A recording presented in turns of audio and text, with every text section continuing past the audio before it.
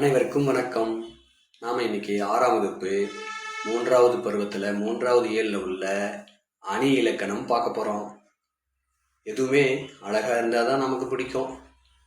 அதனால் நாம் நம்ம அழகுபடுத்திக்கிறோம். அது மாதிரி கவிஞர்கள் தங்கள் கற்பனை திறத்தாலும் புலமையாலும் அவங்க இயற்றக்கூடிய அந்த கவிதைகளில் அழகு சேர்க்கிறாங்க. இப்படி அழகு சேர்க்கிறது தான் நம்ம அணி இலக்கணம் அப்படின்ட்டு சொல்கிறோம். அணி என்றாலே அழகு என்று பொருள். கவிஞர் நமது கருத்தை சுவையோடு சொல்கிறதுக்கு இந்த அணி பயன்படுதுங்க. மருந்தை தேனில் கலந்து கொடுத்தா சுவைப்பட நம்ம சாப்பிட்றோம். அது மாதிரி கவிதையில் வரக்கூடிய கருத்துக்களை சுவைப்பட சொல்வது அணி இலக்கணம் ஆகும்.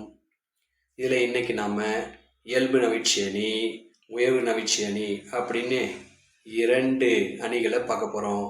முதல் அணி இயல்பு நவிற்சி அணி. ஒரு பொருளின் இயல்பை உள்ளது உள்ளபடியே அழகுடன் கூறுவது தாங்க இயல்பு நவிற்சி அணி.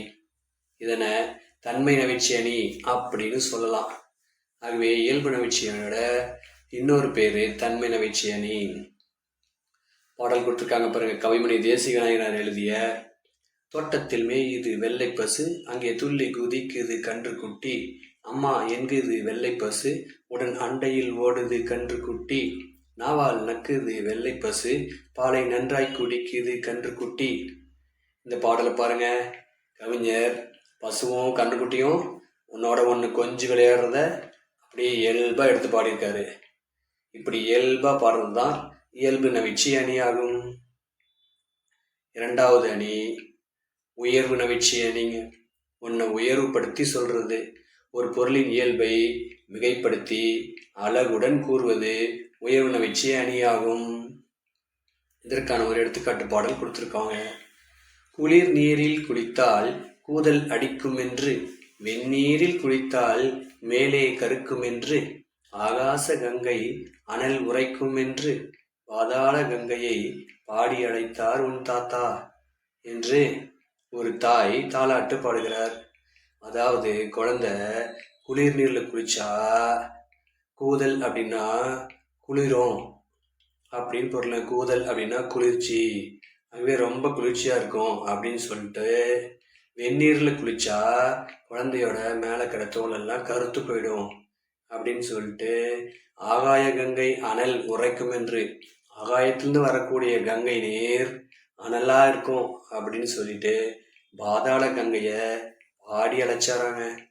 இப்படி ஒரு தாய் தாலாட்டு பாடுறாங்க.